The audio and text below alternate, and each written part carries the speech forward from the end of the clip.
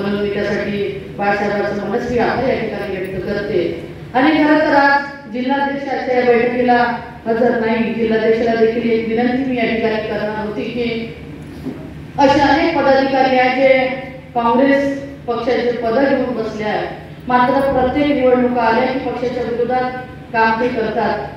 काही लोकांना भाजपाचा फुडका आलाय, काही लोकांना शिवसेनेचा फुडका आलाय आणि पद मात्र काँग्रेसचं घेऊन अशा सगळ्या लोकांना पदमुक्त करून त्यांना ज्या पद्धतीने स्वतः काम करायसाठी आपण त्यांना मोकळं केलं पाहिजे। काही लोकांना शिवसेनेचाही फार फुडका येऊ नये, काँग्रेसचे पदाधिकारी म्हणून आहे पण शिवसेनेच्या आमदारांसोबत शिवसेनेच्या खासदारांसोबत सतत फिरत असतात। काही लोकांना भाजपाच्याही लोकांचा तसाच फुडका आहे। अशा सगळ्या लोकांना आपण पदमुक्त करून त्यांना जसं वाटते ज्याच्या सोबत राहावं वाटते जसं काम करावं वाटते त्या पद्धतीनं काम आपण करू दिलं पाहिजे।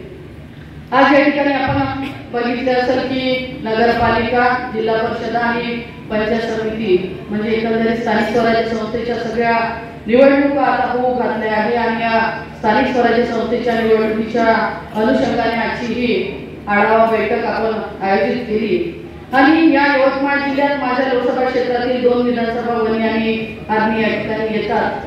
खरं तर आतापर्यंत आपण बघितलं असेल की इतर पक्षाचे सगळे नियोजन करून झाले, त्यांच्या आढावा बैठका झाल्या, एकंदरीत त्यांचे उमेदवार देखील फायनल झाले आणि बऱ्यापैकी ते उमेदवार आपापल्या वार्डात प्रचार करायला कामाला लागले।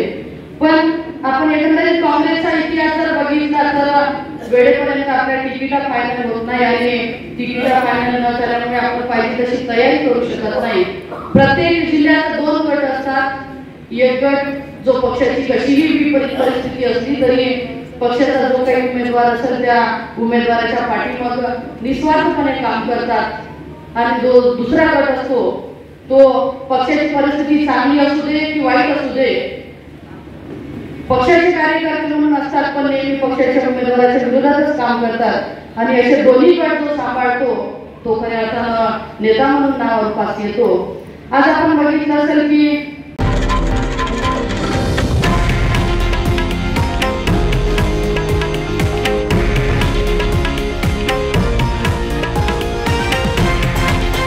हे आहे देशातील नंबर 1 न्यूज नेटवर्क आणि आपण पाहत आहात TV9 मराठी, एकमेव।